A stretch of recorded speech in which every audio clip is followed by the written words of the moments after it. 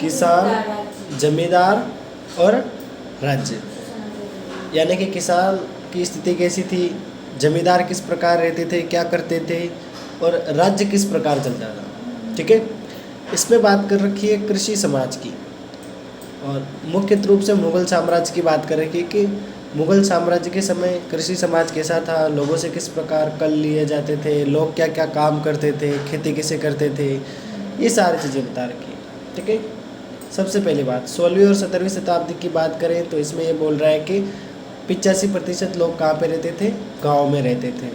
ठीक है, अब इसमें कुछ छोटे खेतीहर किसान थे या भूमिहर किसान थे, ये सारे किससे जुड़े हुए थे, कृषि उत्पादन से जुड़े हुए थे, यानी कि इनकी आजीविका सिर्फ कृषि से चलती थी। ऐसे कह सकते हैं कि जितने भी लोग थे ये फसल के हिस्सों के दावेदार थे, यानी कि ये क्या करते कि किसान फसल बोते और उनसे कुछ न कुछ हिस्सा लेते, ऐसे अपन कह सकते हैं। उसके अलावा एक दूसरे का सहयोग करना, प्रतियोगिता करना या संघर्ष के रिश्ते एक दूसरे से बने हुए थे, ये चीज़ें अधिकतर चलती थी। ठीक है, और इसी से खेती से जुड़े जितने भी काम हैं, इसी से रिलेटेड गांव थे और गांव से मिलकर ऐसा एक वातावरण बना हुआ था। फिर धीरे धीरे कई बाहरी ताकतें ग्रामीण दुनिया में दाखिल हुई, जैसे मुग़लों के राज की यदि हम बात करें तो मुग़लों को अधिकतर जो हिस्सा मिलता था अपने आमदनी का, वो कृषि उत्पादन से मिलता था। जैसे राजस्व निर्धारण करने वाले कौन कौन थे उसमें बात कर रहा है ना, राजस्व वसूली करने वाले, हिसाब रखने वाले, ग्रामीण समाज पर काबू करने की कोशिश करने वाले, तो ये सारे लोग थे जो क्या करते थे, इस व्यवस्था को चलाते थे। और ये चाहते थे कि ज़्यादा से ज़्यादा जुताई हो और राज्य को ज़्यादा से ज़्यादा उपज मिले, क्योंकि ज़्यादा अगर किसान की फसल होगी तो राज्य को टैक्स भी क्या होगा, ज़्यादा मिलेगा। और कई फसलें तो बेचने के लिए उगाई जाती और कई फसलें खाने के लिए भी उगाई जाती। तो कुछ लोग व्यापार की दृष्टि से गांव में आते, ठीक है, और मुद्रा और बाज़ार भी गाँव में घुस आए, यानी कि मुद्रा विनिमय का काम भी शुरू हो गया और बाज़ार भी गाँव में धीरे धीरे लगने लग गए। इससे खेती वाले इलाके भी किससे जुड़ गए, शहर से जुड़ गए, सीधे सीधे शहर से जुड़ चुके थे, ऐसे कह सकते हैं। अगला सबसे पहला जो बिंदु है इसको देखते हैं डिटेल में। पहली बात कर रहा है किसान की और कृषि उत्पादन की, यानी कि किसान जो है वो कृषि उत्पादन किस प्रकार करता था, इसकी बात कर रहा है। खेती हर समाज की बात करें तो बुनियादी इकाई क्या थी, गांव। गांव में कौन रहते थे, किसान। अलग अलग मौसम में वो अलग अलग काम करते थे। फसल की जो पैदावार होते तो किस प्रकार होती थी, सबसे पहले ज़मीन की जुताई करते, बीज बोते, फसल पक जाती फिर उसकी कटाई कर देते, और इसके अलावा भी कई अन्य काम करते थे, जैसे कि शक्कर बनाना है ना, तेल उद्योग, ये सारे काम भी साथ साथ किसान कर लेते थे। मैदानी इलाकों में जितने भी किसान थे, खेती ग्रामीण भारत की खासियत नहीं थी, ऐसे कह सकते हैं। कई ऐसे क्षेत्र थे जैसे जहाँ पे ज़मीन सूखी हुई थी, है ना, विशाल पहाड़ियाँ थी, तो ऐसे इलाकों में कोई भी किसान खेती नहीं कर सकता है। और अधिकतर खेती लोग कहाँ करेंगे, जहाँ पे उपजाऊ ज़मीन होती है वहाँ पे। और राज्य के अधिकतर हिस्से जंगलों से घिरे हुए थे उस समय, ऐसे अपन कह सकते हैं। और जंगल का एक और फायदा ये था कि जो टैक्स नहीं देना चाहता वो जंगल में भग जाता। कृषि समाज की बात करते हैं, इसमें भौगोलिक विविधताओं का हमेशा ध्यान रखा जाता है। भौगोलिक विविधता यानी बारिश के अनुसार अपन फसलें बोते हैं, या फिर अपने यहाँ का मौसम कैसा है उसके अकॉर्डिंग अपन फसलें बोते हैं। इसमें एक बिंदु दे रखा है स्रोतों की तलाश।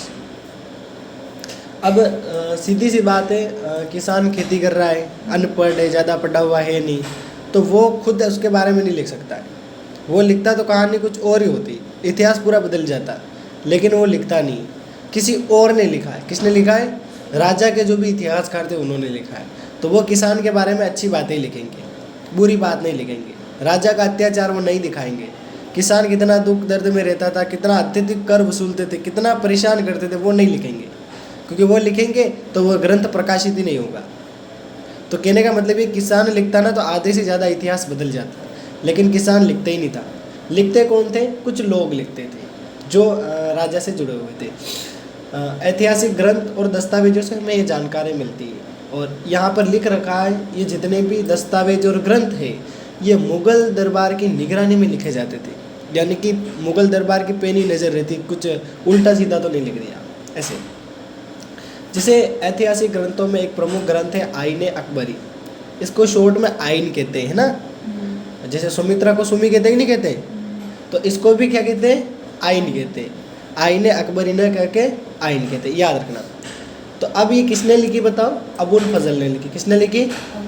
अब इसने इस परिवेश का वर्णन किया है कि लोग किस प्रकार रहते थे, सारी चीज़ें इसने इसमें बता रखी है। अभी एक एक चीज़ दे रखी है इसने। सबसे पहला बता रखा है कि खेतों की जुताई किस प्रकार होती है, राज्य के नुमाइंदे करों की उगाई किस प्रकार करते हैं, और गांव में जो किसान हैं उनके बीच और जमींदारों के बीच रिश्ते किस प्रकार के, और लेखा जोखा जितना भी है वो सारा इस ग्रंथ में अच्छे से पेश कर रखा है। आईन का उद्देश्य क्या था, यानी कि आईन अकबरी क्यों लिखा गया था?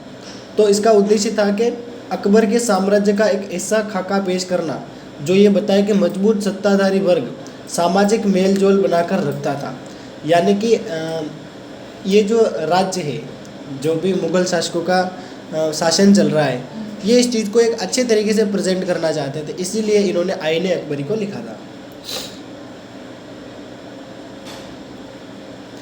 ये लेखक के मुताबिक मुग़ल साम्राज्य के खिलाफ कोई भी अगर बगावत करता है या स्वायत्त की सत्ता की दावेदारी जताता है तो वो पहले से ही उसका असफल होना तय है, क्योंकि इन्होंने व्यवस्था ही कुछ ऐसी कर रखी थी। या इसको अलग तरीके से समझा रहा है कि किसानों के बारे में जो कुछ हमें आईन से पता चलता है वह सत्ता के ऊंचे गलियारों का नज़रिया है।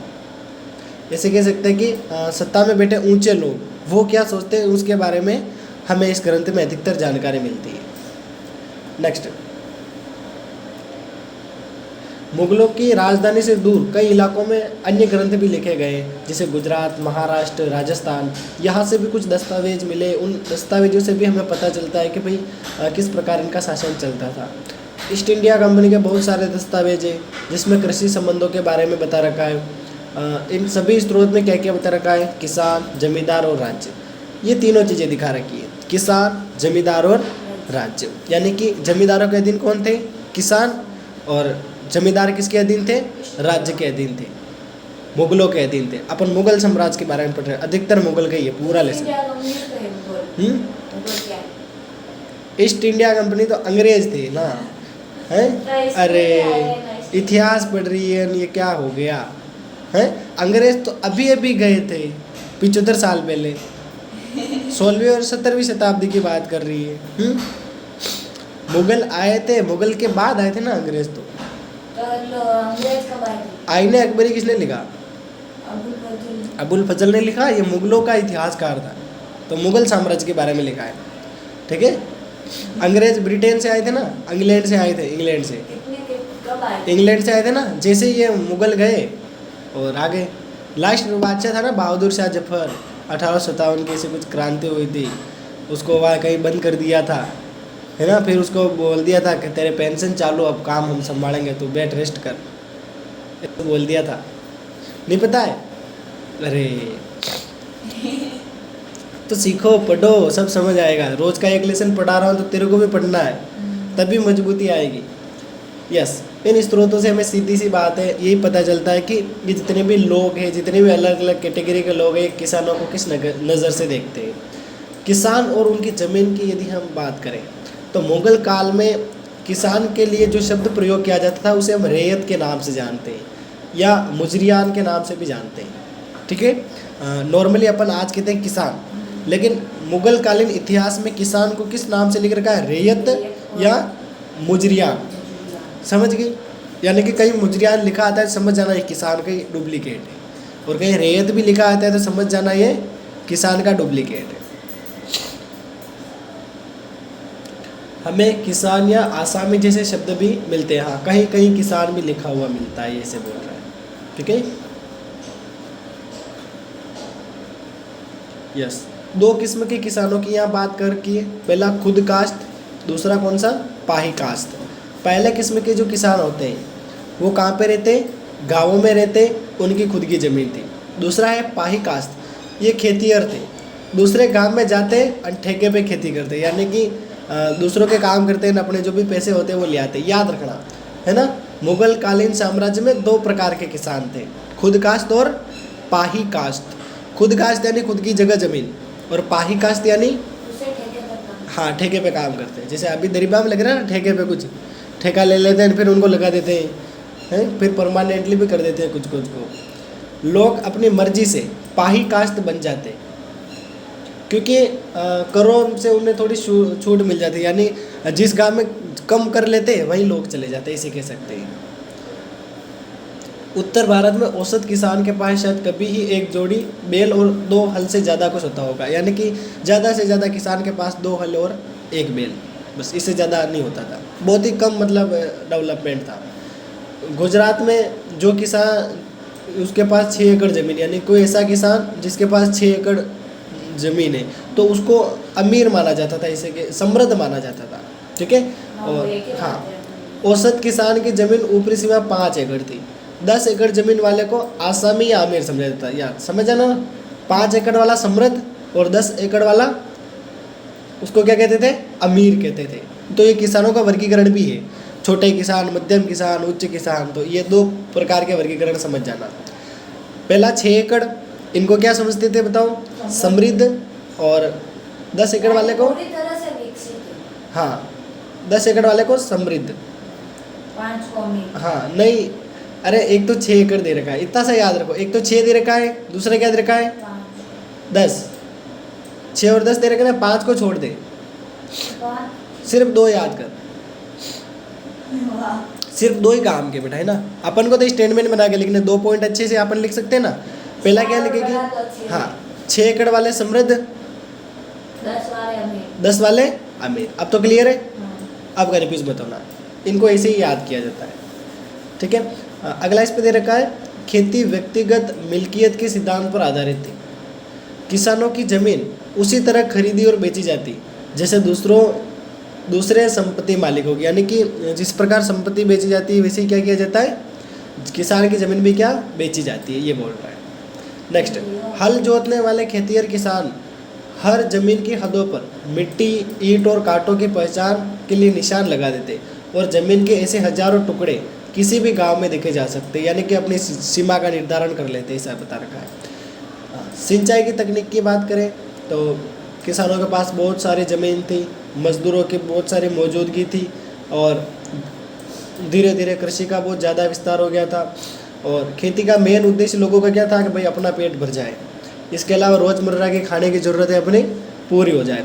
इसीलिए लोग क्या बोते थे बताओ, गेहूँ, ज्वार, चावल, ये तीनों चीज़ें बोते थे। जहाँ पे बारिश 40 इंच से ज़्यादा होती वहाँ पे चावल उगाए जाते, सीधी सी बात है। जहाँ पे बारिश कम होती वहाँ पे गेहूँ, ज्वार और बाजरे उगाए जाते। मानसून की बात करें तो कृषि की रीढ़ था, यानी कि अगर बारिश हो गई तो किसानों की फसल अच्छी, बारिश नहीं हुई तो किसानों की फसल अच्छी नहीं होती। आज भी बिल्कुल वैसे ही है, बिल्कुल वैसा क्या वैसे। आज बारिश होती है तो किसान खुश, नहीं होती तो किसान दुखी। अतिरिक्त अगर पानी चाहिए तो सिंचाई के कृत्रिम उपाय राज्य को करने पड़ते, इसे अपन कह सकते हैं। रहट की संरचना है ना, रहट दे रखा है इसमें। यस, अगला बिंदु, सिंचाई के कार्यों को राज्य की मदद मिलती है, यानी कि मैंने बताया ना राज्य मदद करता है कुछ न कुछ। मसलन उत्तर भारत में राज्य ने कई नहरें और नाले खुदवाए, जैसे उत्तर भारत है ना अपना वाला इलाका, श्री गंगानगर, हनुमानगढ़ है ना, अरुणाचल प्रदेश, मतलब या ऊपर के जितने भी इलाके है ना, जम्मू कश्मीर, नहरें खुलवाई बहुत सारी, है ना, नहरें और नाले खुदवाए। इनसे क्या हुआ कि पुरानी नहरें जितनी भी थी उनको ही सही करवा दिया गया। शाहजहाँ के शासनकाल में पंजाब में एक नहर बनवाई थी, शाह नहर, याद रखना। शाह नहर कहाँ बनवाई, पंजाब में। किसके शासनकाल में, शाहजहाँ के शासनकाल में। वैसे तो खेती मेहनत कशी का काम था, ठीक है, लेकिन किसान ऐसी तकनीकों का इस्तेमाल भी करते हैं, अक्सर पशु बल आधारित होती है ना, जैसे लकड़ी का हल बैलों द्वारा जोता जाता, नुकीलेदार वाले फाल लगा कर क्या करते वो खेतों की जुताई करते, और वो ज़्यादा गहराई में खुदाई नहीं करते थे, क्योंकि गहरे में खोदने से क्या होता है कि मिट्टी की नमी खत्म हो जाती है और पहले से ही तो पानी की कमी रहती है। इसीलिए बैलों के जोड़े के सहारे क्या करते, ये खींचते, फिर बीज बोने का काम करते। अधिकतर लोग बीजों को हाथ से ही छिड़कना पसंद करते, और मिट्टी की गुड़ाई करते, निराई करते, लकड़ी के मूठ वाले, लोहे के पतले धार वाले जो भी थे, इनको काम में लिया जाता था गुड़ाई के लिए ना, ऐसे कह सकते हैं। मतलब फसल वाला तेरे को पता ही है, हाँ, लिखना पड़ेगा।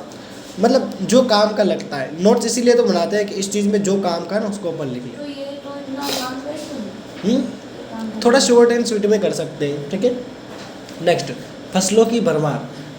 दो चक्रों में मुख्यतः खेती की जाती है, खरीफ और रबी।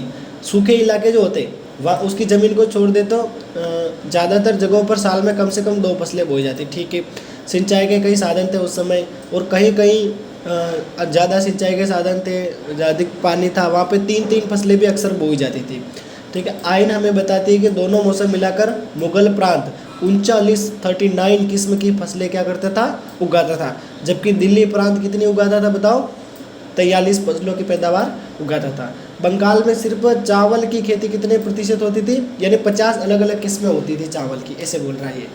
दैनिक आहार की खेती पर ज़्यादा जोर दिया जाता था, मगर इसका मतलब ये नहीं था कि मध्यकालीन भारत में खेती सिर्फ गुजारा करने के लिए की जाती थी। कहने का मतलब लोग व्यापारिक कृषि भी करते थे और सिर्फ अपना गुजारा करने के लिए, दोनों ही चीज़ों के लिए करते थे। जिन्स ए कामिल, ये मतलब कुछ अच्छी अच्छी किस्म की फसलें भी ये बोते थे उस समय, और राज्य को उससे ज़्यादा कर मिलता था, जैसे कपास, गन्ना, ऐसी बेहतरीन फसलें भी बोई जाती थी। मतलब जिन्स ए कामिल क्या, ये व्यापारिक फसलें, सीधी सी बात है। जमीन के बड़े बड़े टुकड़ों पे कपास उगाया जाता। बंगाल में चीनी के लिए मशहूर था। तिलहन और दलहन भी नकदी फसलों में आता था, यानी कि जो तिलहन बोता है, दलहन बोता है, इससे भी लोगों को बहुत सारा पैसा मिलता। औसत किसान जो होते हैं, ज़मीन पर किस तरह पेट भरने के लिए होने वाले उत्पादन और व्यापार के लिए किए जाने वाले एक दूसरे से जुड़े हुए थे, यानी कि जो खाने के लिए बो रहा है और जो बेचने के लिए बो रहा है, वो दोनों किसान एक दूसरे से जुड़े हुए, ऐसे समझा रहा है।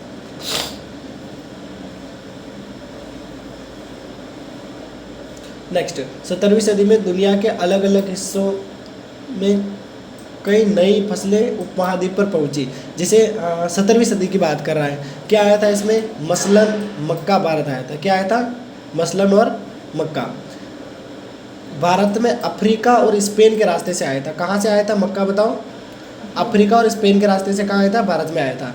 इसकी गिनती पश्चिम भारत की मुख्य फसलों में होने लगी थी, यानी पश्चिम भारत में मक्का बोया जाने लगा था। इसके अलावा टमाटर, आलू और मिर्च, ये सब्जियां भी यहाँ पे आई गई थी। अनानास और पपीता जैसे फल भी वहीं से आए थे, उधर उन इलाकों से आए थे। अब ग्रामीण समुदाय की बात कर लेते हैं कि ग्राम में कैसा वातावरण था। कृषि उत्पादन होता था, किसान की पुरजोर भागीदारी होती थी। मुगल साम्राज्य कृषि संबंधों से बारे में बोल रहा है कि खेती का विस्तार किस प्रकार होता था। जैसे किसान अपनी ज़मीन पर व्यक्तिगत मिल्कियत होती, यानी अधिकार से संबंधित है ये। साथ ही जहाँ पर उसके सामाजिक अस्तित्व का सवाल है, कई मायनों में वे एक सामूहिक ग्रामीण समुदाय का हिस्सा थे, यानी कि लोग गांवों में भी एक समुदाय से जुड़े हुए थे। अब इस समुदाय के घटक 3 है, खेतिहर किसान, पंचायत और गांव का मुखिया। ये तीनों के बीच गहरा सामंजस्य था, या ये तीनों ही मिलकर चलते थे, ठीक है। खेतिहर किसान पंचायत के अधीन रहता था, और पंचायत कौन चलाता था, गाँव का मुखिया। आसान है, याद रखना। नेक्स्ट, जाति और ग्रामीण माहौल। जाति और अन्य जाति जैसे भेदभावों की वजह से खेतिहर किसान कई तरह के समूह में बंट गए थे। खेतों की जुताई करने वाले एक बड़ी तादाद में ऐसे लोगों ने की थी जो नीच समझे जाने वालों का काम था, या फिर खेतों में मजदूरी करते थे। ऐसे कह सकते हैं कि कुछ लोग ऐसे थे जो मतलब अलग अलग समूह में बैठे हुए थे ना, कुछ समृद्ध थे, कुछ जैसे अभी हमने देखा ना कुछ अमीर थे। तो छोटे छोटे जो गांव में किसान होते हैं उनको अलग अलग कैटेगरी में बांट रखा था। कुछ ऐसे लोग थे जिनको कुछ काम देते ही नहीं थे, खेती लायक ज़मीन की कमी नहीं थी, फिर भी कुछ जातियों को नीच समझते थे और उनको काम देते ही नहीं थे, सीधी सी बात है। इस तरह वे गरीबी रहते थे और मजबूर थे। वहाँ है क्या, वहाँ है मित्र, आ गया।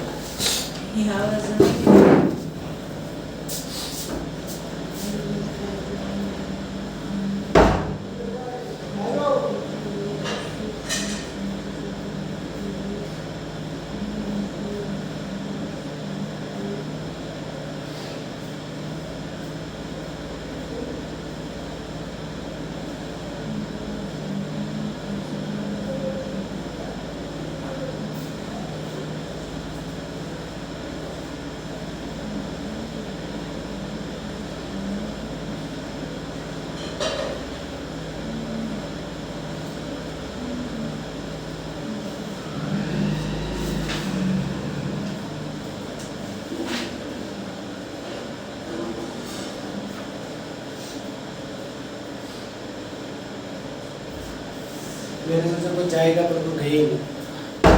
ये सेल्फी पे भैया गए। मैंने सोचा कोई गया पर वाह कोई नहीं गया। चलो आपकी मम्मी का गई। चित्र देख लिया? ठीक है। यस। हाँ, कुछ नीच जाति के लोग थे जिनको कुछ काम ढंग का मिलता नहीं था, और जनसंख्या के बारे में भी उस समय थोड़े बहुत आंकड़े उनके पास थे, और गांव की आबादी का एक बहुत बड़ा हिस्सा ऐसे समूह में था जिनके पास संसाधन बहुत ही कम थे, और वो लोग जाति व्यवस्था की पाबंदियों में बंधे हुए थे। ठीक है, जैसे अभी बहुत सी चीज़ें यहाँ पे आएगी जो अपन को समझने में। नेक्स्ट, आधुनिक भारत में दलितों की जैसे स्थिति है वैसी उस समय थी। दूसरे संप्रदायों को भी ऐसे मतलब भेदभाव थे, जैसे मुसलमान समुदाय में हलाल खोरा जैसे नीच कामों से जुड़े समूह गांव की हदों के बाहर ही रह सकते थे, यानी कि कुछ ऐसे नीच समुदाय के लोग थे जिनको गांव में जगह नहीं दी जाती थी। जैसे बिहार में मल्लाह जादव, यानी कि इसका मतलब होता है नाविकों के पुत्र, इनको दास समझा जाता था। क्या समझा जाता था? दास। समाज में निचले जितने भी तबके जैसे जाति, गरीबी और सामाजिक हैसियत के बीच सीधा संबंध था, यानी कि जो छोटे छोटे जितने भी लोग थे जिनकी ज़्यादा वैल्यू नहीं थी उनको जाति के आधार पर बांट देते, बहुत गरीबी होती थी और उनकी सामाजिक हैसियत के आधार पर उनको माना जाता था। नेक्स्ट, मारवाड़ में किताब लिखी गई है जिसमें राजपूतों की चर्चा के रूप में राजपूतों की चर्चा किसानों के रूप में करती है। इस किताब के मुताबिक जाट भी किसान थे और वो भी किसान थे, लेकिन जाति व्यवस्था में उनकी जगह राजपूता के मुकाबले क्या थी? नीची थी। इससे हमें क्या पता चलता है? जाति व्यवस्था के बारे में पता चलता है। किसके बारे में? जाति व्यवस्था के बारे में। राजपूत होने का दावा वृंदावन के इलाकों के गौरव समुदाय ने भी किया, यानी कि उन्होंने भी दावा किया है कि हम भी क्या है बताओ? राजपूत हैं। इसके बावजूद जमीन की जुताई के काम में लगे रहते, पशुपालन करते, बागवानी करते, बढ़ते मुनाफों की वजह से अहीर, गुज्जर, माली ये जातियाँ भी क्या ऊपर उठी अपना वर्चस्व कायम करने में लगी हुई थी। पूर्वी इलाकों में पशुपालक, मछुआरी जातियाँ जैसे सदगोप व केवर्त भी किसानों की सामाजिक स्थिति पाने लगी थी। यानी कि कुछ जातियों की बात कर रहा है कि काम करके किस प्रकार इन्होंने अपना अच्छा सा वर्चस्व बना दिया। क्लियर? ये सारा है, मतलब जाति व्यवस्था भी दिखाई दे रही है और काम के आधार पर याद रखना है, इसको अपने दिमाग में रखना है। ठीक है? हाँ, तैरना आता है? नहीं आता है, मान लेते आता है। ठीक है, अब नदी पे जाएगी तभी तो तैरेगी ना, है? वो बोलेगा उड़ने के लिए तो तैरेगी, उड़ेगी।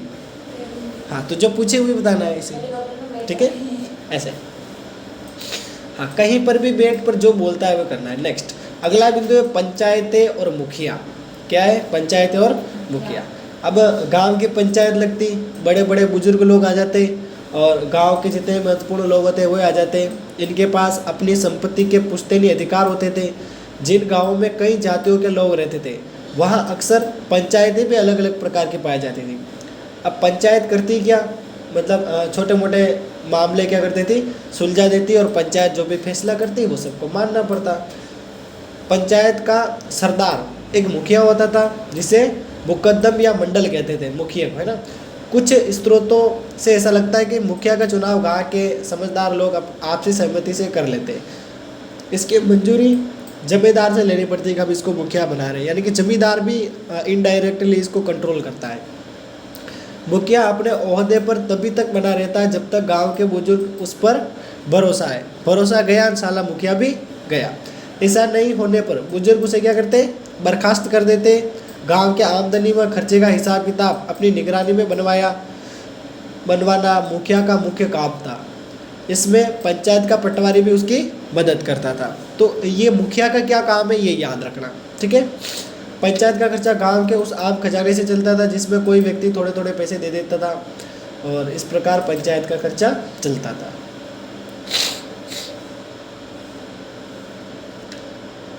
नेक्स्ट, अगला बिंदु दे रखा है इसमें दूसरी ओर कोष का इस्तेमाल, मतलब जो भी ये पैसा इकट्ठा करते हैं ना, इसका इस्तेमाल करते थे बाढ़ जैसी कुछ प्राकृतिक आपदाएं आ जाती हैं उनसे निपटने के लिए, या फिर सामुदायिक कार्यों के लिए, किसान खुद सेल्फ यूज़ नहीं कर सकते थे, मतलब सामूहिक रूप से उपयोग करो। छोटे मोटे बांध बना देना, नहर खोदना, ये पंचायत का काम था। और आज के समय तो अपने रोड ही टूटी फूटी, रास्ते ही टूटे फूटे, काम ढंग से करते नहीं है, साले पे सारे पैसे खा जाते हैं। कम से कम पहले तो काम ढंग का था है, आज तो साले का ट्रांसफ़र हो जाता है पर उसको घर पे नहीं बिठाते। पहले क्या होता था, गांव का मुखिया पर भरोसा है तब तक चल रहा है ठीक है, बाकी अगले दिन रिटायर। तो वो नियम अच्छा था, मेरे को ऐसा लगता है। कम से कम गांव का डेवलपमेंट तो होता था। नेक्स्ट एक और चीज़ आएगी जो बहुत अच्छी है मुखिया के बारे में।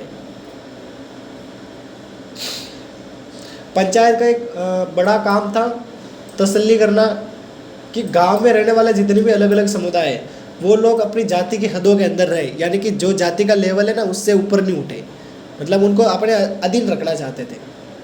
जैसे पूर्वी भारत में सभी शादियों के मंडल की मौजूदगी में होती थी, यानी कि ये मंडल जो होता था इसकी मौजूदगी में शादियाँ होती थी।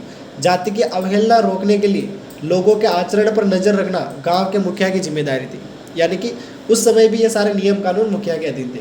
पंचायतों को जुर्माना लगाने, समुदाय से निष्कासित करने जैसे गंभीर दंड देने के अधिकार थे। और समुदाय से बाहर निकालने का मतलब ये था कि लिमिटेड टाइम के लिए उसको क्या करना, बाहर निकाल देना। इसके तहत दंडित व्यक्ति को या तो गांव छोड़ना पड़ता या वो व्यक्ति जाति और पेशे से हाथ धो बैठता। ये होता है गांव छोड़ना, समझ गई। जगह जमीन सब हड़प लेते और उसका जो पेशा होता, काम धंधा सब बंद। तो ये तरीका होता है, मतलब कोई अवहेलना करता है समाज के नियमों की। तो ये पुराने नियम थे। तो कैसा दंड मिलता था पता लग गया। आज ये नियम नहीं है, आज क्या चलती है, अदालतें चलती है, कोर्ट चलते। कोर्ट में दोनों और वकील होते हैं, वही पैसा हड़पता है, यही पैसा हड़पता है। आज ये चलता है। लेकिन पहले नियम कितना तगड़ा था देखो। एक तो भरोसा मुखिया पर, ये सबसे बड़ी चीज़ है। लगा लोगों को काम नहीं करा रहा है, बिठाओ घर पे, है ना। आज तो बिठा ही नहीं सकते हैं, थोड़ा मुश्किल है ना। वो ज़्यादा से ज़्यादा क्या करा लेंगे, ट्रांसफ़र करा लेंगे, बाकी कुछ नहीं होता है। यहाँ काम करा है तो दूसरी जगह भेज देंगे, है ना। मुखिया नहीं, जो भी आज पंचायत में जो भी होता है ना, सचिव सरपंच कुछ भी होते हैं, समझ गए। सरपंच का नहीं, सचिव होता है ना मेन। सचिव होता नहीं होता है, डायरेक्टली प्रशासनिक अधिकारी सचिव होता है सारा अधिकतर काम उसकी देख रेख में होता है, ठीक है। तो वो सारी चीज़ें है। सचिव है ना, वो नहीं आया था अपने स्वीप में, आया था एक ब्लू कलर का शर्ट पहन रखा था। हाँ नहीं ब्लू कलर का शर्ट, मैं फ़ोटो भेज दूंगा तेरे को, ठीक है। वीडियो है मेरे पास है। कलेक्टर कहाँ था, तहसीलदार आया था ना। हाँ उसके साथ था, उसका शर्ट ब्लू था, ठीक है। भंवर भंवर, हाँ भंवर जाल में फंसा रखा है। ग्राम पंचायत का डेवलपमेंट कहीं जा रहा है और अपन कहीं जा रहे हैं। भंवर भंवर लाल शर्मा, याद रह जाएगा। हाँ अपन को पता ही नहीं है, कभी आते ही नहीं है ना, कभी मिलते ही नहीं। उनके क्या काम है ऐसे। लेकिन गांव के लोगों से बातचीत होनी चाहिए, मिलना चाहिए, सही बात है ना। लोगों से जितना मेल जोल रहता है उतने ही अच्छा, मतलब लोगों की समस्याएं तो सुननी चाहिए ना, है काम अच्छे से करने चाहिए, ये अच्छी बात है। पर क्या करें, सरपंच साहब कभी आए याद है क्या, कभी अपनी समस्या सुनने, या कभी नहीं आते। उनके क्या काम है, वो कब आएंगे पता है, चुनाव के टाइम आएंगे। भैया आपके बार तो आया ही नहीं था वो, अपने पहले बार कौन। हाँ तो वही तो बात है, अब की बार नहीं आया बिल्कुल, मैंने तो नहीं देखा उसको यहाँ कहीं। हाँ उसके क्या काम है अपने गांव से। पहले तो वो अपने गली की सड़क सही कराएगा, उससे पहले वो अपना घर सही कराएगा। नहीं लेकिन वो अब तो हट गया होगा। किसे हट गया, सरपंच अभी है ना, सरपंच है बेटा। हाँ अभी है, चुनाव थोड़ी हुए वापस, ठीक है। अभी हाँ उसने और पोस्टर जरूर छपाया था उसमें विधानसभा के चुनाव में, लेकिन कुछ हुआ नहीं, ऐसे प्रचार में लगवा दिए वहाँ। तो ऐसा कुछ नहीं। तो कहने का मतलब ये कि इन लोगों की जिम्मेदारी बनती है कि गांव का अच्छे से डेवलपमेंट करें, ठीक है। अभी पहले के नियम तूने सुने नहीं है, शुरुआत हुई है, अभी देखना बहुत मज़ा आएगा। नेक्स्ट, जातियों के बीच झगड़ा हो जाता तो झगड़ों का निपटारा कौन करती? पंचायत करती। शादियाँ जातिगत मापदंडों के मुताबिक हो रही है, ये भी पता करती। यानी कि मतलब किसी की शादी हो रही तो सही तरीके से हो रही नहीं हो रही, ये पंचायत पता करती। इसके अलावा गांव में कोई भी आयोजन हो रहा है तो इसका जिम्मेदारी किसको देनी, ये भी पंचायत निर्धारित करती। फौजदारी न्याय को छोड़ दे तो ज़्यादातर मसलों में राज्य जाति पंचायत के फैसले को मानता था। यानी कि जो भी पंचायत फैसला करते उसको मानता था। जाति के आधार पर भी मेन पंचायत चलती थी और मेन एक गांव की भी पंचायत होती थी, ऐसे कह सकते हैं। पश्चिम भारत की बात करें, जैसे राजस्थान और महाराष्ट्र जैसे प्रांतों के संकलित दस्तावेजों में ऐसी अर्जियाँ हैं जिसमें ये बताया गया है कि ऊंची जातियाँ राज्य के अधिकारियों के खिलाफ जबरन उगाई बेगाई वसूली करने की शिकायत की गई है। यानी कि जबरदस्ती निचली जातियों को ठोक ठोक के पैसा लिया जाता उनसे, यानी कि रिश्वत ली जाती, जबरदस्ती उगाई करते हो, है ना, ऐसे कह सकते हैं। ये अपने इलाकों की बात हो रही है। यह अर्जियाँ ग्रामीण समुदाय के सबसे निचले तबकों के लोग लगाते थे। यानी कि जो सबसे लो लेवल पर होते ना, वो ऐसी अर्जियाँ लगाते थे कि ये हमको ज़बरदस्ती परेशान कर रहा है, पैसा मांग रहा है, ये कुछ ऐसी चीज़ें। तो अधिकारियों के खिलाफ की कंप्लेन आई थी, है ना। नेक्स्ट, जैसे इसमें फिर जितने भी लोग होते थे समुदाय से संबंधित सारे उस चीज़ का विरोध जताते थे और वो इस चीज़ को अवैध मानते थे कि ऐसा नहीं होना चाहिए। किसानों का दैनिक गुजारा ही जोखिम में पड़ जाता था, खासकर सूखे और ऐसी विपदाओं के दौरान अगर कोई इसे परेशान कर रहा है तो किसानों की स्थिति पहले से खराब हो और ख़राब हो जाए। न्यूनतम बुनियादी साधन उनका परंपरागत रिवाजी हक था। वे समझते थे कि ग्राम पंचायत सुनवाई करे और सुनिश्चित करे कि राज्य अपना नैतिक फर्ज अदा कर रहा है और नहीं कर रहा है, या उसका न्याय करो। ये बात अपन कह सकते हैं। अत्यधिक मांग पंचायत अक्सर समझौते का सुझाव देती है। जहाँ समझौता नहीं हो पाता वहाँ किसान विरोध करते हैं। हाँ, सीधी सी बात है, निचली जाति के जितने भी लोग या किसान होते हैं वो राज्य के अधिकारियों या स्थानीय जमींदारों के बीच झगड़ों में पंचायत के फैसलों को अलग अलग मामलों में मतलब देखते और कोशिश करते कि समझौता हो जाता। अगर समझौता नहीं होता है तो जितने भी किसान होते हैं वो क्या करते, विरोध करते, उस चीज़ का उग्र रास्ता अपनाते और कुछ तो गांव छोड़ के भाग जाते। इसी कारण कुछ जोतने जैसी भूमि भी गांव में अक्सर उपलब्ध हो जाती थी। बस काम की ज़रूरत है, जो काम करेगा उसको ज़मीन दे देते हैं। तो ये चीज़ अपन को दिखाई देता है। तो कर से अगर किसी को बचना है तो मतलब सीधी सी बात है, गांव छोड़ के भाग जाएगा। अगर राजा को टैक्स नहीं देना है तो क्या करेगा, भाग जाएगा।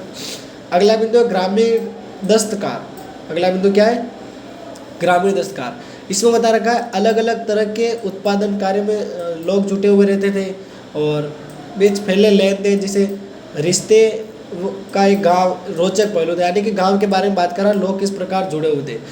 गांवों के सर्वेक्षण से मराठाओं के दस्तावेज बताते हैं कि गांवों में दस्तकार काफ़ी अच्छी तादाद, दस्तकार यानी अलग अलग प्रकार के काम करने वाले। तो अब दस्तकारों की बात हो रही है, मतलब क्या क्या ये काम करते थे उसके बारे में बता रखा है। यानी कि ये बोल रहे हैं कि परिवार के सदस्य होते ना वो भी ये दस्तकारी का काम करते हैं। जैसे कपड़ा बनाना हो गया, आगे बहुत सारे आएंगे, बताऊँगा मैं भी। यस, हाँ, मसलन रंगरेजी का काम करना, कपड़े पर छपाई करना, मिट्टी के बर्तनों को पकाना, खेती के औजारों को बनाना, उनकी मरम्मत करना, ये सारी चीज़ें इसमें आती हैं। उस महीने इसमें दस्तकारी में, ठीक है, दस्तकारी का अगर कोई काम कर रहा है तो उसको ये सारे काम करने पड़ते हैं, ये दस्तकारी में आते हैं। या जो भी ये काम करता है उसको हम दस्तकार के नाम से जानते हैं। जब उसके पास खेती के काम से फुर्सत होती तो वह बुआई करता, सुहाई के बीच, सुहाई और कटाई के बीच उस समय खेती और दस्तकारी, यानी कि जब भी उनको टाइम मिलता दस्तकारी का काम कर लेते। इसके अलावा कुम्हार, लोहार, बढ़ई, नाई और सुनार, ये लोग क्या करते, दस्तकारों से अपनी सेवाएं लेते और क्या करते बताओ, मतलब देखो वापस सुन लेना, इसको थोड़ा सा सिंपल समझा देता हूँ। कुम्हार, लोहार, बढ़ई और नाई, इनका क्या काम किया था। कुम्हार घड़े बड़े बनाता, लोहार औजार बनाता, लोहे के जितने भी होते हैं ना, और बढ़ई क्या करता, ये मतलब लकड़ी का काम करता, और नाई क्या करता बताओ, बाल काटने का काम करता। ये लोगों को अपनी सेवाएं देते और उनके बदले में उनकी फसल का कुछ हिस्सा ले लेते, ये इसमें बता रखा है। या फिर इनको ज़मीन का एक टुकड़ा दे दिया जाता, वहाँ पे ये अपना काम कर सकते थे। यहाँ तक समझ में आया कि नहीं। तो फिर धीरे धीरे दस्तकारों का जो भी ये लोग थे इनका धीरे धीरे ये पुश्तैनी अधिकार हो गया और उनको ऐसी चीज़ें मिलती गई। अब ये व्यवस्था कहीं कहीं थोड़े अलग रूप में थी, और कई कई वस्तुओं का विनिमय भी होता है, यानी सेवाएं दे रहे हैं उसको कुछ वस्तु दे देते हैं, ऐसे भी अक्सर यहाँ पे देखा जाता था। जैसे लोहारों, बड़े और सुनारों को रोज का भत्ता देना, खाने के लिए नकदी देते थे। इस व्यवस्था को क्या कहते थे? जजमानी कहते थे। क्या कहते थे? जजमानी। ये काम की चीज़ें याद रखना, ये कहाँ जितना मैं बता रहा हूँ, सुन ले। लिखना तो पड़ेगा। लोगों को रोज का भत्ता देना, जो भी अभी काम करते थे दस्तकारी का उनको। इसके अलावा खाने के लिए उनको थोड़ा बहुत पैसा देना। कौन देते थे? जो सेवाएं लेते थे। किसान को सेवा चाहिए, नाई के पास जाना है, बाल कटाना है, कटा के आ जाएगा, लेकिन उसको थोड़ा सा पेमेंट दे दे ताकि वो भी अपने खाने पाने की व्यवस्था करता रहे। तो इस चीज़ को क्या कहते हैं अपन? जजमानी। क्या कहते हैं? जजमानी। हालांकि यह शब्द 16वीं 17वीं सदी में बहुत इस्तेमाल नहीं होता था, लेकिन ये चीज़ अपन को पता चलती है। अगला बिंदु है एक छोटा गणराज्य। कुछ अंग्रेज अफसर ने भारतीय गांवों को एक छोटे गणराज्य के रूप में देखा था। यहाँ लोग सामूहिक स्तर पर भाईचारे के साथ संसाधनों और श्रम का बंटवारा करते थे, यानी कि सामूहिक रूप से काम करते थे, इसे कह सकते हैं। गांव में सामाजिक बराबरी थी। इसके अलावा संपत्ति की व्यवस्था व्यक्तिगत मिल्कियत होती थी, यानी कि खुद की संपत्ति की बात हो रही है। जाति और जेंडर के नाम पर भी समाज में गहरी विषमताएं थी। कुछ ताकतवर लोग गांव के मसलों पर फैसले लेते थे और कमजोर वर्गों का क्या करते थे? शोषण करते थे। न्याय का अधिकार भी उन्हीं को मिला हुआ था, यानी कि ऐसे लोगों को न्याय का अधिकार मिला हुआ था। नेक्स्ट, इससे भी महत्वपूर्ण यह बात है कि गांवों और शहरों के बीच होने वाले व्यापार की वजह से गांवों में नकद के रिश्ते फैल चुके थे। व्यापार होता था, नकद लेते थे लोग, सीधी सी बात है। गांव और शहर का जुड़ना बता रहा है, ठीक है। मुगलों के केंद्रीय इलाकों में भी कर की गणना की जाती थी, वसूली भी नकद की जाती थी। जो दस्तकार निर्यात के लिए उत्पादन करते थे उन्हें उनके मजदूरी या पूर्व भुगतान में नकद में ही मिलता था, यानी कि सीधी सी बात है कि उनको अगर कोई काम कर रहा है, हेल्प कर रहा है, तो उसको नकद दे दिया जाता था। जैसे बात कर रहा है कपास, रेशम, नील, ये जितने भी व्यापारिक फसलें, इनका भुगतान भी नकद के आधार पर ही किया जाता था।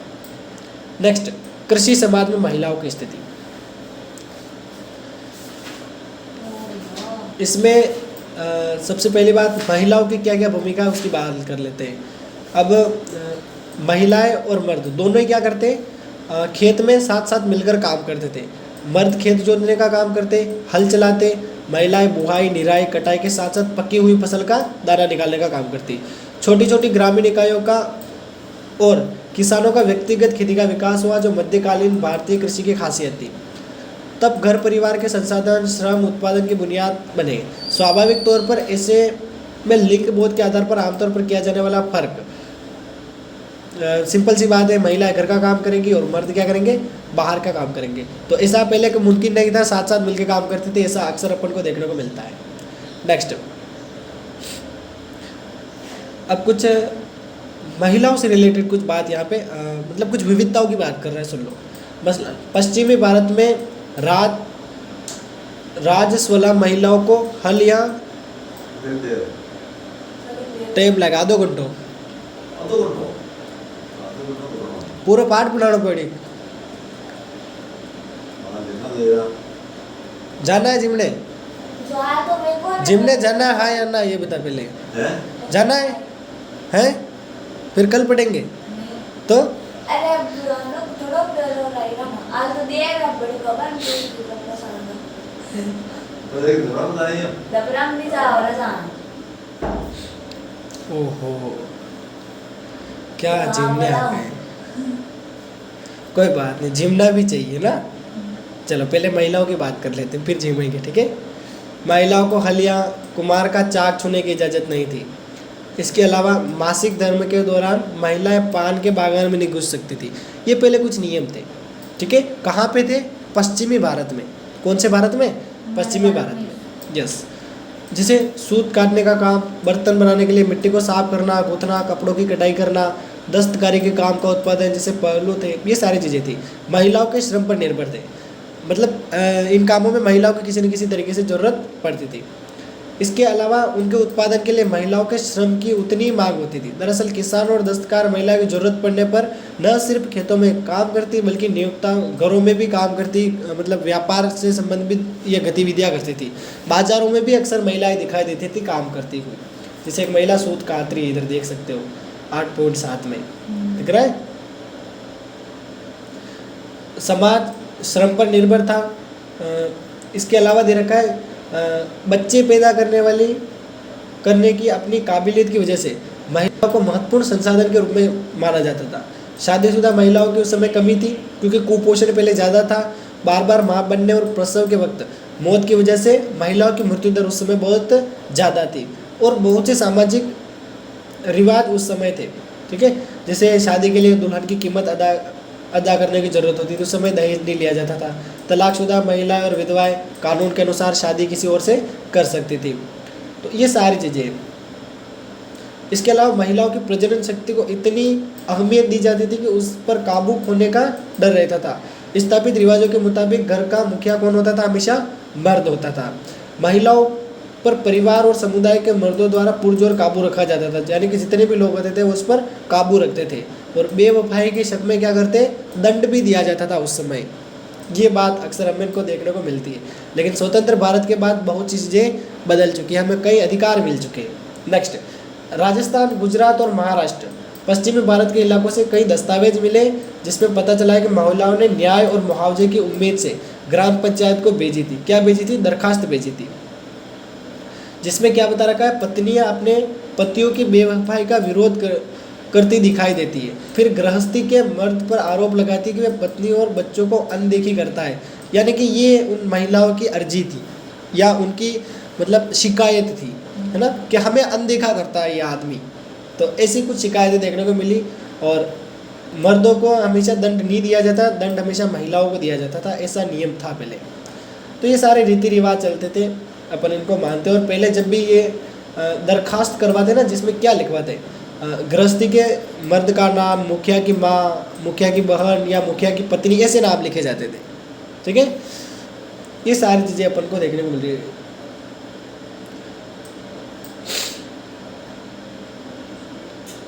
इसके अलावा हिंदू और मुसलमान महिलाओं को जमींदारी उत्तराधिकार में मिलती थी, जिसे बेचने पर वे, गिरवी रखने पर वे स्वतंत्र, यानी कि स्वतंत्र वे अपना काम कर सकती थी। बंगाल में कुछ महिलाएं जमींदार पाई गई है। 18वीं सदी की सबसे बड़ी और मशहूर जमींदारियों में से एक थी राजशाही की जमींदारी, जिसकी कर्ता धर्ता कौन थी? एक स्त्री थी। तो ये महिलाओं के कुछ अधिकार और उनकी कुछ कमियां यहाँ पे या भेदभाव अपन को दिखाई देते हैं। नेक्स्ट, अगला बिंदु है जंगल और कबीले। बसे हुए गाँवों से परे, यानी कि वे लोग जो जंगलों में रहते थे, सीधी सी बात है। ग्रामीण भारत की बात करें तो खेती के अलावा कहीं कहीं गहन जंगल झाड़ियाँ हैं यहाँ, जैसे झारखंड सहित पूरे पूर्वी भारत, मध्य भारत और उत्तरी क्षेत्र यहाँ पे, जिसे और दे रखा है दक्षिणी भारत का पश्चिमी घाट और दक्कन के पठार पर फैले हुए जंगल। अब इन जंगलों में कौन रहते थे बताओ? वे लोग जो मतलब कर नहीं देना चाहते और जंगल से मतलब गाँवों से भग जाते, वैसे लोग रहते थे। या फिर कुछ आदिवासी समुदाय के लोग भी यहाँ पे क्या करते थे? रहते थे। और काम क्या था जंगल में रहने वाले लोगों का? तो वो काम करते थे जंगल के उत्पाद प्राप्त करना, शिकार प्राप्त करना, स्थानांतरी खेती करना। ये 3-4 काम उनके होते थे। जैसे बील होते थे, ये बसंत के मौसम में जंगल में उत्पादन इकट्ठा करते, गर्मियों में ये मछली पकड़ने का काम करते, मानसून के महीने में क्या करते? खेती करते, और शरद और जाड़े के महीनों में क्या करते? शिकार करते। ये सिलसिला धीरे धीरे चलता रहा और इस बुनियाद को क्या करता रहा? मजबूत करता रहा। लगातार एक जगह से दूसरी जगह घूमते रहना जंगलों में रहने वाले कबीलों की एक खासियत थी, यानी कि एक जगह नहीं टिकते थे, आज यहाँ कल वहाँ, ऐसी कंडीशन थी। और जंगलों की यदि हम बात करें तो बदमाशों को शरण देनी है तो उसके लिए जंगल है। और बाबर की ओर देखते हैं तो बाबर क्या कहता है इसके बारे में? जंगल एक ऐसा रक्षा कवच था जिसके पीछे परगना के लोग कड़े विद्रोही हो जाते थे और कर अदा करने से मुकर जाते थे। ये बात किसने कही? बाबर ने कही थी। क्लियर? नेक्स्ट, जंगलों में घुसपैठ। जंगल में कई बाहरी ताकतें आती थी और राज्यों को मतलब अपने कंट्रोल में करने की भी कोशिश करती थी। या राज्य को यदि सेना चाहिए या हाथी चाहिए तो वो जंगलों से ली जाती थी। तो हाथी को अगर सेना में शामिल करना है तो जंगलों से ये काम होता है। और ये पहले भी हमने कहीं पढ़ा है, झारखंड के आसपास का इलाका था, है ना, मगध से आसपास देखा था ना, मगध जनपद, मगध में तो है हाँ, हाथी की सेना। वो देखा था ना हमने, हाथियों की सेना, जंगल ज़्यादा थे तो वहाँ पे हाथियों की सेना थी। इसके अलावा मुगल राजनीतिक विचारधारा में गरीबों और अमीरों सहित सबके साथ जुड़ते हुए राज्य के गहरे सरोकार का एक लक्षण था शिकार अभियान। यानी कि जो राजा था वो क्या करता था, मुख्य रूप से शिकार करता था। शिकार करने के बहाने वो पूरे राज्य में आराम से घूम फिर के आ जाता, लोगों की शिकायतें, जो भी समस्या है वो सुन लेता। ये सारी बात अपन कह सकते हैं, बस इतना सा इसमें दे रखा है। फिर ये कुछ कविता दे रखी है, इसको पढ़ना घर पे बैठ गए, फिर मेरे को सुनाना क्या बोला, ठीक है। नेक्स्ट, वाणिज्यिक खेती का असर बाहरी कारक के रूप में जंगल वासियों की जिंदगी पर भी था। जंगल के कुछ उत्पाद, शहद, मधुमोम, लोक, बहुत ज़्यादा इसकी मांग थी। उसके अलावा भारत में बहुत सी वस्तुएं निर्यात होती थी, तो उनमें से ये भी मुख्य रूप से थी। जैसे हाथी भी पकड़े जाते और बेचे जाते थे। व्यापार के तहत वस्तुओं की अदला बदली होती थी। कुछ कबीले भारत और अफगानिस्तान के बीच होने वाले जमीनी व्यापार में लगे थे, यानी जमीन का व्यापार भी होता था। तो ये सारी चीज़ें इसमें दे रखी। जंगलवासियों के जीवन में धीरे धीरे बदलाव आया। कबीलों के मुख्य सरदार होते थे और बहुत कुछ ग्रामीण समुदाय बड़े आदमियों की तरह थे। कई कबीलों में सरदार जो होता है वो जमींदार बन जाता, कुछ तो फिर राजा भी बन जाते, यानी कि इतना वो विकसित हो जाते। और सेना खड़ी करने की ज़रूरत हुई, फिर धीरे धीरे उन्होंने क्या किया, जंगलों में ही रहते थे ना, फिर अपने जो भी रिलेशन वाले थे उनको सेना में शामिल होने की मांग की और सेना में शामिल हो गए और फिर उनको थोड़ी थोड़ी जगह ज़मीन दे दी है। तो इस प्रकार जितने भी कबीलाई लोग होते उनके पास 6,000 घुड़सवार और 7,000 पैदल सिपाही उनके पास होते थे। तो ये बात यहाँ पे अपन को दिखाई देती है। असम में अहोम राजाओं के अपने पायक होते थे। ये वे लोग हैं जिन्हें जमीन के बदले सैनिक सेवा देनी होती। याद रखना, पायक किसे कहते हैं। पायक जो होते हैं ना, उनको एक ज़मीन मिल जाती है, उसके बदले वो सैनिक सेवा देते हैं। पायक याद रखना। अहोम राजाओं ने जंगली हाथी को पकड़ने का एकाधिकार का भी ऐलान किया, यानी कि जंगली हाथी वही पकड़ेंगे, ऐसे कुछ। इस प्रकार राजतांत्रिक प्रणाली चलती थी। ये सारी चीज़ें अपन को यहाँ पे देखने को मिलती है जंगलों के संबंध में। नेक्स्ट, धीरे धीरे प्रक्रिया अच्छे से विकसित हुई।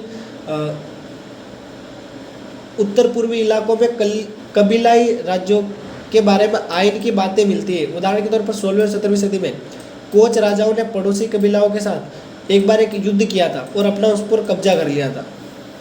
मतलब युद्ध की बात हो रही है। कोच राजाओं ने पड़ोसी कबीलों के साथ एक बार युद्ध किया और उस पर कब्जा कर लिया। जंगल के इलाकों में नए सांस्कृतिक प्रभाव अपन को दिखाई दिए। कुछ इतिहासकार जो होते हैं वो क्या करते हैं, खेतिहर समुदाय को धीरे धीरे इस्लामों को अपनाया। सूफी संतों की एक बड़ी भूमिका अदायगी थी। ये बात अपन लेसन नंबर 6 में देखेंगे, यहाँ पे इतनी दे रखी है। अगला बिंदु है जमींदार। मुगल भारत में कृषि संबंधी हमारी दास्तान अब तक अधूरी रहेगी जब तक गाँवों में एक ऐसे तबके की बात न करें जिसकी कमाई तो खेती से आती थी, लेकिन जो कृषि उत्पादन से सीधे हिस्सेदार नहीं रखते थे। सीधी सी बात है, जमींदार की बात हो रही है। अपनी ज़मीन के मालिक होते, ग्रामीण समाज में इनकी ऊंची हैसियत होती, सामाजिक आर्थिक सुविधाएं इनको मिल जाती राजा की तरफ से। और पहली बात तो जमींदार की जाति, दूसरा इनको कुछ अच्छी सी सुविधा यहाँ पे मिल जाती थी। नेक्स्ट, जमींदारों की समृद्धि की बात करें तो उनके पास बहुत सारी ज़्यादा ज़मीनें थे, इसीलिए उनको जमींदार कहते थे। और इसीलिए इनको मिल्कियत कहते थे ना, अपनी बहुत सारी ज़मीन, इसको क्या कहते हैं, मिल्कियत। मिल्कियत यानी सीधी सी बात है संपत्ति। समझ गए मेरी बात? मिल्कियत से कंफ्यूज मत होना। मिल्कियत ज़मीन पर जमींदार के निजी इस्तेमाल के लिए उपयोग करते और दिहाड़ी पर मजदूर लगा देते। मजदूर काम करते रहते और वो अपनी फसल को बेच देते, आराम से भारी मुनाफा कमा लेते। समझ गई? समझ गई जमींदार के बारे में? कुछ और बता देता हूँ। जमींदार अपनी मर्जी के मुताबिक, जो जमींदार होते ना वो अपनी मर्जी के मुताबिक क्या करते बताओ, ज़मीनों को बेच सकते थे और किसी और के नाम कर सकते थे या उन्हें गिरवी रख सकते थे। जमींदारों की बहुत ज़्यादा ताकत थी और कर वसूली का काम भी वो कर सकते थे। वित्तीय मुआवजा उनको मिल जाता था, सैनिक ताकत उनको मिल जाती थी और जमींदारों के पास अपने किले भी थे, अपनी सैनिक टुकड़ियाँ, घुड़सवार, तोपखाने, पैदल सिपाही, मतलब पूरा मतलब राजा जैसा मजा ही आराम से लेते थे। मुगलकालीन गांवों की बात करें तो सामाजिक संबंधों की कल्पना पिरामिड के रूप में मिलती है। ऊपर वाले लोगों को बहुत सारा फायदा और पिरामिड में जो निचले वाले तत्व होते हैं उनको बहुत कम फायदा मिलता है। तो ये बात यहाँ पे दे रखी है। अबुल फजल इस ओर इशारा करता है कि ऊंची जाति के ब्राह्मण राजपूत गठबंधन ने ग्रामीण समाज पर पहले से अपना ठोस नियंत्रण बना रखा है, यानी कि समाज पर किसका नियंत्रण था वो बात कर रहा है। मध्यम जातियों में खामी नुमाइंदगी थी, जैसा कि हमने पहले देखा, और इस तरह के कई मुसलमान जमींदार भी थे। जंग में जीत जमींदारों की उत्पत्ति का संभावित स्रोत रहा होगा। अक्सर जमींदारी फैलाने का एक तरीका था ताकतवर सैनिक सरदारों द्वारा कमजोर लोगों को बेदखल करना, यानी कि जो लोग कमजोर होते हैं उनकी जगह जमीन हड़प लेते हैं, उनको घर पे भेज देते हैं या भगा देते हैं, ऐसा कह सकते हैं।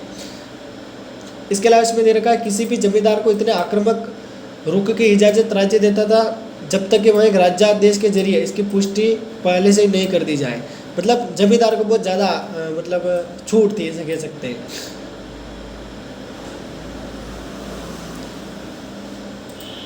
इसके अलावा जमींदारी को पुख्ता करने की धीमी प्रक्रिया स्रोतों में इसके दस्तावेज भी शामिल है। इसके कई तरीकों से किया जाता है, जैसे नई जमीन को बसाना, अधिकारी को हस्ताक्षर के जरिए, राज्य के आदेश से या फिर खरीद कर। यही वे प्रक्रिया थी जिसके जरिए अपेक्षाकृत निचली जातियों के लोग जमींदारों के दर्जे में दाखिल हो सकते थे, क्योंकि इस काल की जमींदारी धड़ल्ले से खरीदी और बेची जाती थी। यानी जमीन बेचने की बात हो रही है, जमींदार से संबंधित बात हो रही है। कई कारणों ने मिलकर परिवार और वंश आधारित जमींदारियों को पुख्ता होने का मौका दिया। मसलन राजपूत और जाटों ने ऐसी रणनीति अपनाकर उत्तर भारत में जमीन की बड़ी बड़ी पट्टियों पर अपना नियंत्रण कर लिया। दक्षिण पश्चिम बंगाल में किसान पशुचारियों ने ताकतवर जमींदारियां खड़ी की। जमींदार ने खेती लायक जमीनों को बसाने, अगुवाई की और खेतीहरों को खेती के साथ से जो सामान उधार देकर वहां पर बसने में मदद की। जमींदार की खरीद फरोख्त से गाँवों में मौद्रीकरण की प्रक्रिया तेज हुई। मौद्रीकरण यानी मुद्रा विनिमय, है ना, पैसा देकर चीज़ें लो, ये चीज़ धीरे धीरे बढ़ गई थी। उसके अलावा जमींदार अपनी मिल्कियत की ज़मीनों की फसल भी बेचते थे। ऐसे सबूत दिखाते कि जमींदार अक्सर बाजार स्थापित करते थे जहां किसान अपनी क्या करते थे, फसलें बेचने आते थे।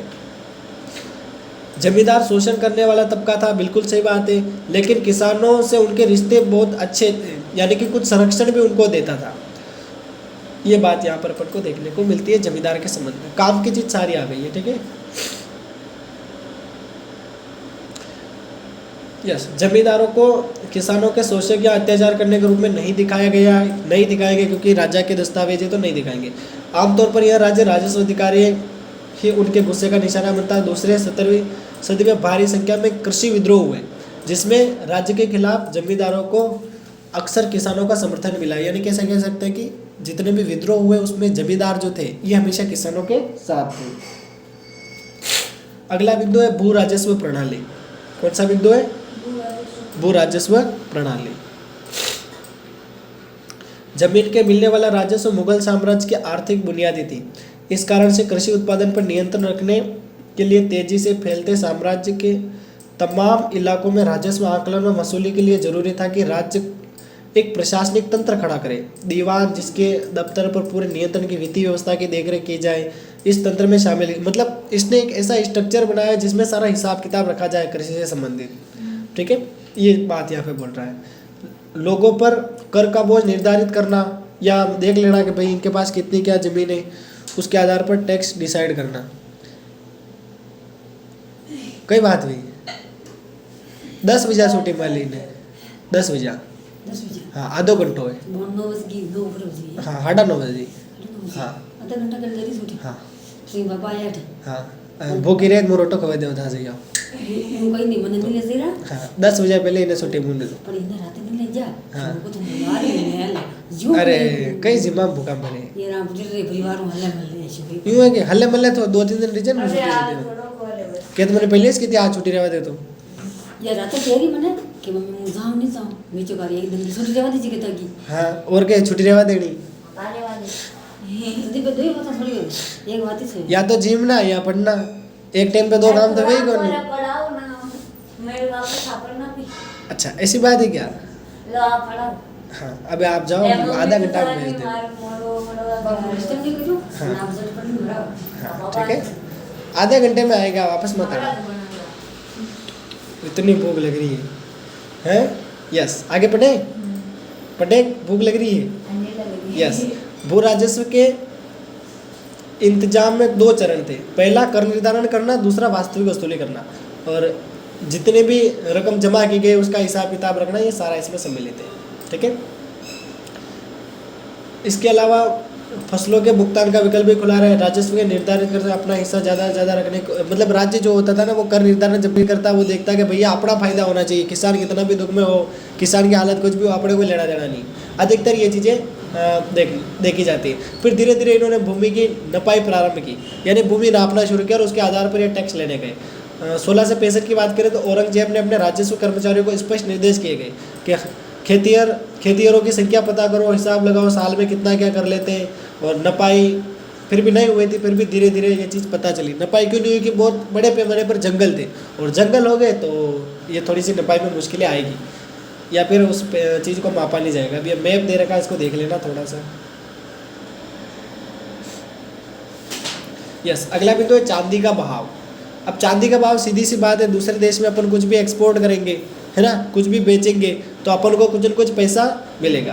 तो ये सीधी सी बात है, ये चीज़ें बेचते थे और इनको चांदी मिलती थी, और बिल्कुल इसे में यही बता रखा है। ठीक है, मतलब किस प्रकार भारत में चांदी की बढ़ोतरी हुई और सिक्के भी चले थे, ऐसे कह सकते हैं।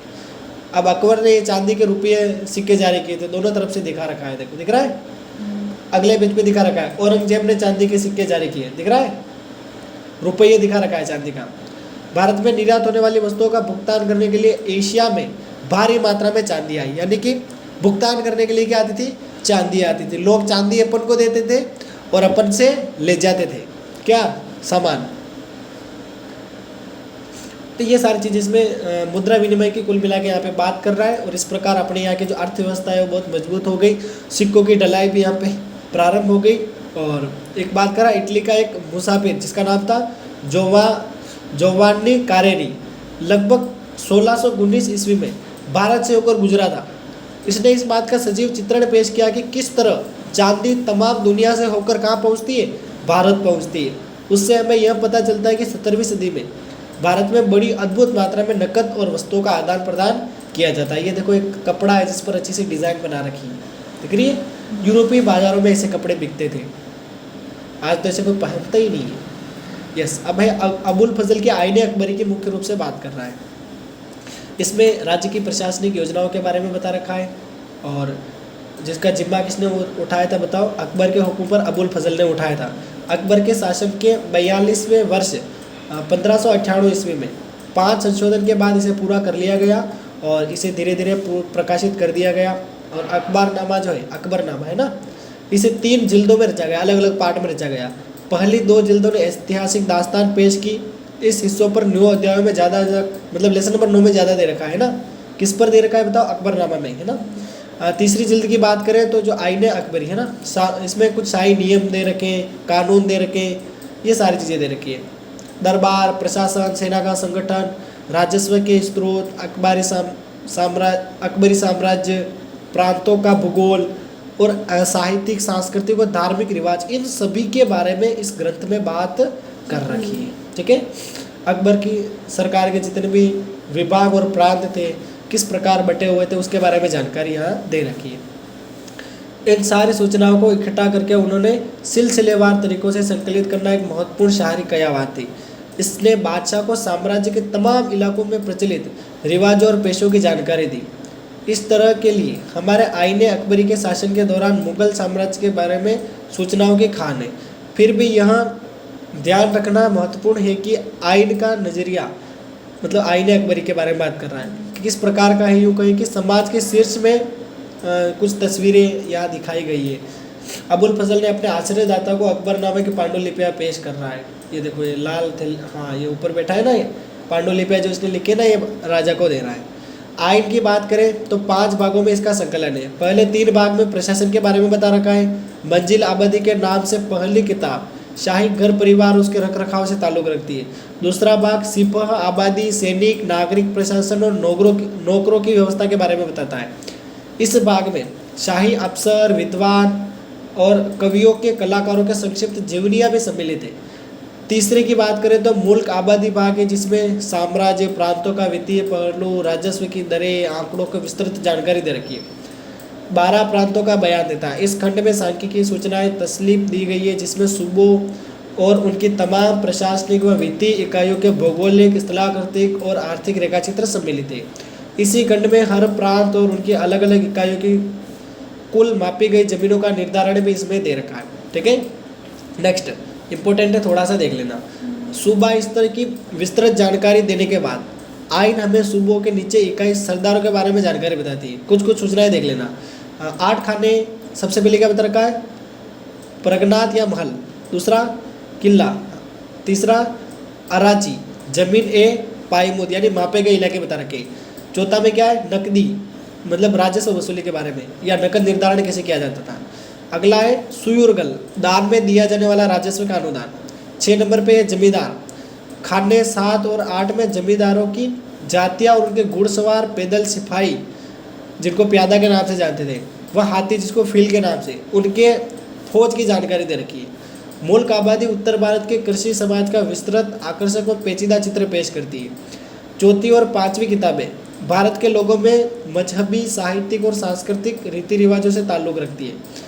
इसके आखिर में अकबर के शुभ वचनों का संग्रह भी लास्ट में क्या कर रखा है, दे रखा है। तो ये आईने अकबरी की बात हो रही है। खुशकिस्मती से गुलाम बाग की सिंचाई।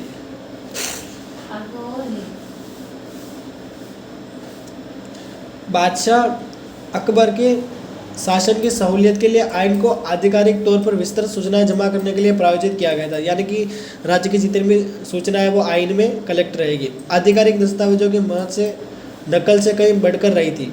इसकी पांडुलिपियों को लेखक द्वारा संशोधित किया गया था। ऐसा लगता है कि प्रामाणिकता की खोज में अबुल फजल काफ़ी सावधानी बरत रहे थे। यानी कि संशोधन यानी कुछ चीज़ गलत लिखा गई है तो उसको वो सही करते चीज़ को देखकर वापस, तो ऐसा अपन कह सकते हैं। और कभी कभी इसकी नकल भी होती थी, डुप्लीकेट भी बनती थी। उसमें जो लिखने वाले होते हैं छोटे मोटे भाई बहन इसके, वो कुछ गलतियाँ कर देते। क्या कर देते? गलतियाँ, जिससे कुछ मिस प्रिंट भी कहीं कहीं अपन को देखने को मिला है। उसके बारे में इसमें पूरा बता रखा, बस यही दे रखी है बस, ठीक है। और इसके अलावा मजदूरों की क्या क्या मतलब सूची थी, उनको क्या दरों, क्या क्या उनकी दरें थी, ये सारी बता रखी है। और अंत में ये अपनी काल रेखा क्या दे रखी है, काल रेखा। इसका